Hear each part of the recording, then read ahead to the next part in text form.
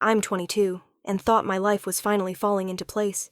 I just graduated college, landed my first job, and moved into a small apartment with my boyfriend Evan, who's 24.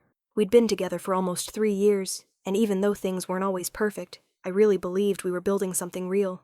But 2 weeks ago, everything started to unravel. It began with a package. I wasn't expecting anything, so when a box arrived with Evan's name on it, I left it on the counter like I always do.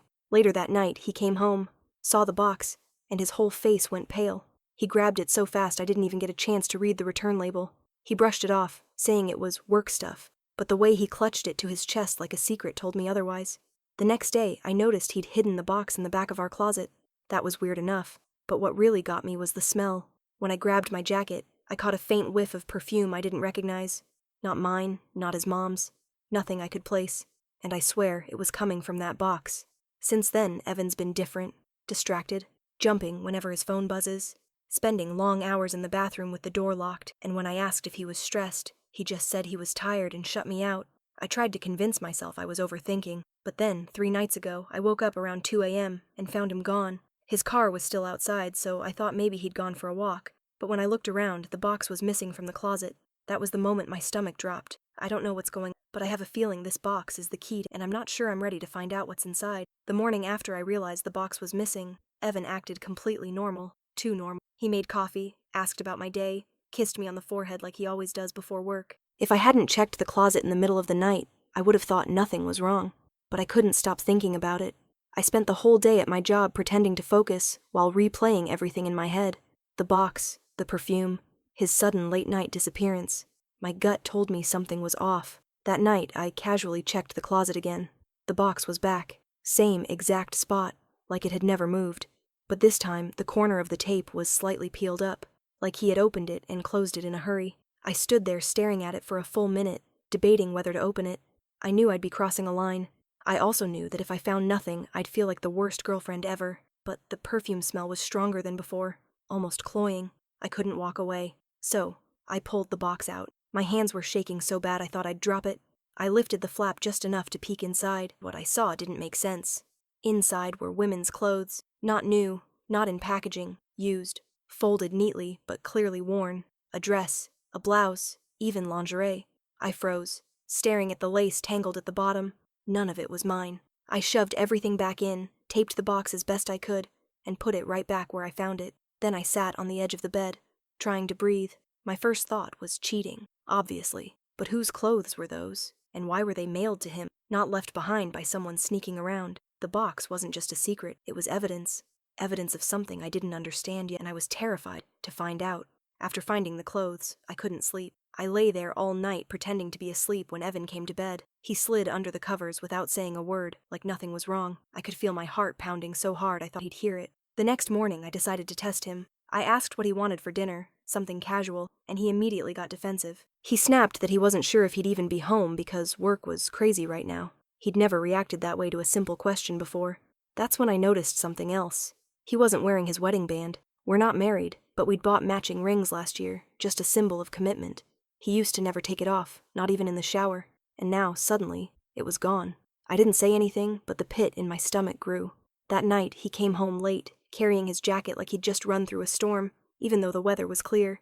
His hair was messy, his shirt untucked, and when he leaned in to grab a beer from the fridge, that same perfume smell hit me again, stronger this time. I wanted to scream at him, demand answers right then and there, but instead I kept quiet. I wanted to see what he'd do if I didn't confront him. Around midnight, when he thought I was asleep, I heard him quietly moving around the closet again. I cracked my eyes open just enough to watch him through the faint glow of the streetlight coming in from the window. He pulled the box out, opened it, and this time, he didn't just take something, he put something in. I couldn't see exactly what it was, but the way he tucked it carefully beneath the clothes made my skin crawl. When he left the room, I crept over and checked. It wasn't more clothes, it was a photo, a framed photo of us, except the frame was cracked down the middle. The cracked photo shook me more than the clothes had. It felt deliberate, like some kind of message. Why hide it in? Why keep it with things that didn't even belong to me? The next day, I couldn't stop staring at Ed, trying to read him. He was smiling, joking, acting like the guy I used to know. But every time I remembered the box, the smell of perfume, and that broken frame, I felt like I didn't know. I told myself I'd confront him, but when he came home, I froze. Instead, I tried to keep things light. Asked about his day, laughed at his dumb stories. He seemed relieved. Too relieved. like he thought I was clueless. Later that night, I heard his phone buzzing while he was in the shower. Normally, I'd never snoop, but I couldn't help it. The screen lit up with a name I didn't recognize. M.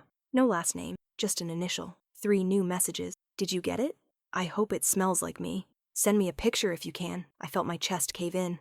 That explained the perfume, the clothes, maybe even the photo. But what did she mean? Send me a picture? My stomach twisted. I put the phone down and pretended nothing happened, but when Evan came out of the shower, humming like he didn't have a care in the world, I realized something terrifying. I wasn't just dealing with secrets. I was living with a stranger. I couldn't stop replaying those messages from M in my head. Every word made my skin crawl. I knew I needed to be smart. If I confronted Evan too soon, he'd just find a way to cover it up. So I decided to push gently, see how he reacted. The next morning, over breakfast, I asked him if anyone from his past had reached out lately. Old friends, old girlfriends, whatever. He froze for half a second, then shrugged and said no. My heart sank. He lied straight to my face without even blinking. That day at work, I couldn't focus. I kept checking my phone, half expecting another message from that mysterious M to pop up on his screen. Nothing. But when I got home that evening, the box was gone again. This time, I didn't wait. I checked every corner of the apartment, under the bed, inside even behind the washer. Nothing. It was like the box had never existed.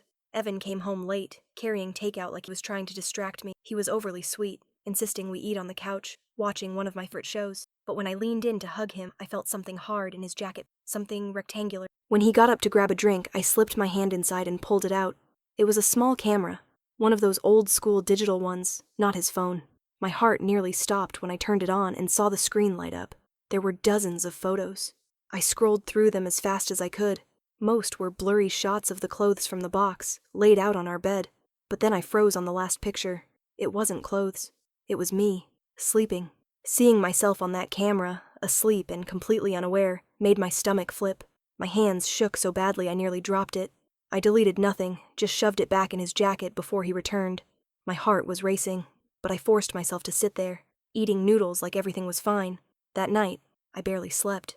Every creak in the apartment made me wonder if he was standing over me with that camera again. I turned toward the wall, eyes wide open, pretending to breathe evenly. The next morning, I checked his jacket first thing. The camera was gone. So was the box. Again. When I finally worked up the courage, I dug through his laptop bag while he was in the shower. Buried in a side pocket was a USB drive. I slid it into my computer, praying it wasn't password protected. It wasn't. Folder after folder popped up. Inside were more photos. Hundreds of them. Some of me around the apartment, cooking, brushing my teeth, folding laundry. Some while I was asleep. Some so close up I could see the pores on my skin. But the worst were the ones of strangers. Women I didn't recognize, caught in the same way. Sleeping, sitting on couches, walking down streets. All of them wearing clothes that matched the ones in the box. I slammed the laptop shut, my hands clammy. This wasn't cheating. This wasn't some random fling with M. This was something else. Something I didn't even want to put into words. When Evan came out of the shower, he kissed me on the forehead, like always, and asked if I'd slept okay. I had to swallow the urge to scream. I wanted to confront him right there, but the fear locked me in place. If Evan was capable of keeping something like this hidden, what would he do if I pushed too hard, too fast? So, I played dumb. For the next 2 days, I forced myself to smile, to laugh at his dumb jokes, to let him think I was oblivious. But inside, I was panicking. I couldn't eat. I couldn't sleep. Every time I turned my back, I felt like he was watching me with that camera again. I started planning quietly. I moved some money into my own account, texted a friend asking if I could crash with her for a few nights, just in case. I didn't explain why, just said I needed space. She didn't ask questions, thankfully. The real breaking point came on the 3rd night. I woke up around 3 a.m. to the sound of a faint click. My heart jumped, and I kept my eyes shut, pretending to sleep. I could feel the weight of someone standing near the bed. After a long minute, I cracked my eyes open the tiniest bit. Evan was there, holding the camera. The screen glowed faintly in the dark as he crouched by my side, angling it toward me. I wanted to scream, but fear pinned me to the mattress. So I stayed still until he finally stood up and slipped back into the living room. That was the moment I knew I had to get out. Not tomorrow, not next week. Now. But the scariest part? The box was sitting at the foot of the bed when I woke up in the morning. The sight of that box at the foot of the bed nearly made me throw up. It hadn't been there when I fell asleep. That meant Evan had placed it there while I was out cold, like some kind of offering or a warning. I didn't touch it. I didn't even look inside. I just forced myself through breakfast, nodding along as he rambled about work, acting like everything was normal. My hands were trembling so badly I kept spilling my coffee. As soon as he left for the day, I packed a small bag, just essentials: wallet, phone charger, a change of clothes. I shoved it under my coat so it wouldn't be obvious, and texted my friend that I was coming over. But when I opened the apartment door, my blood ran cold. The box was outside, sitting right on the welcome mat. I froze, glancing down the hallway, half expecting to see Evan watching me. It was empty, silent, but the box was there, waiting. I couldn't bring myself to carry it with me, so I left it behind and walked as fast as I could to my car. The entire drive to my friend's place, I couldn't shake the feeling of being followed. Every pair of headlights in the rearview mirror made my heart pound. When I finally got there, I ran inside and locked the door behind me. My friend looked confused, but I just told her I couldn't explain yet. She didn't push, thank God. That night, I barely slept again. I left my phone charging in the living room, but when I checked it in the morning, there were 5 missed calls from Evan and 1 message, a photo of me, standing outside my car the night before. The picture of me outside my car nearly made me drop my phone. My stomach twisted so hard I thought I'd be sick. That photo meant only one thing: Evan had been there, close enough. I wanted to block his number, but I couldn't. I needed to know what he'd do next, so I just sat there, staring at the screen, waiting for their message. Nothing came. While my friend was at work, I finally broke down and told her everything over text, about the box, the camera, the photos. She begged me to go to the police, but I felt paralyzed. What if they brushed it off as relationship? What if Evan found out I went to them before I had real proof? Still, I couldn't sit there doing nothing. I opened my laptop, plugged in that USB again, and forced myself to look deeper. I don't know why I thought it couldn't get, but it did. One folder was labeled with my name. Inside were dozens of subfolders, each with dates as titles. They went back almost a full year. The photos weren't just random snapshots. They were organized, cataloged, every outfit I'd worn, every night I'd slept, every time I'd been home alone. And then there was another folder, labeled Next. My hands shook as I opened it. Inside were pictures of my friend, the one I was staying with, some from months ago, others from just last week. Her walking to her car, her at the grocery store, even one of her through her kitchen window. I slammed the laptop shut, bile rising in my throat. Evan wasn't just obsessed with me, he was expanding. The moment I saw those photos of my friend, something inside me snapped. Fear turned into anger. This wasn't just about me anymore. He was dragging other people into his sick obsession. I called my friend at work, told her everything, and begged her not to come home that. She didn't even argue, just said she'd stay with her parents until I figured out what to do. Then I took the USB, the camera, and my bag, and drove straight to the police station. My hands were shaking so badly I nearly dropped everything on the counter when I explained to the officer. He listened, asked a few questions, then plugged in the USB. His face changed as soon as the images loaded. That's when I knew I wasn't crazy. This was real. This was dangerous. They told me to stay somewhere safe, that they'd start an investigation immediately. They also advised me not to contact Evan directly, but I couldn't resist sending him one message before I blocked his number. Just 6 words. The police have everything. Stay away. I expected him to blow up my phone, to threaten me, to beg, but he didn't reply. Not one word. That silence was somehow worse. For 2 days I stayed holed up at my parents' place, jumping at every noise outside. Finally, I got the call. Police had searched the apartment. They found multiple hidden cameras, another stash of women's clothes, and even more hard drives filled with images of strangers. Evan was arrested on the spot. I haven't seen him since. It's been a week, and I'm still shaking when I think about how close I slept to someone capable of that. I keep wondering how long it would have gone on if I hadn't opened that box, if I hadn't trusted my gut when the perfume first hit me. I'm safe now, but every time I close my eyes, I see that cracked photo of us in the box, like he'd been planning all along to break me down piece by piece. And maybe he almost did, but not anymore.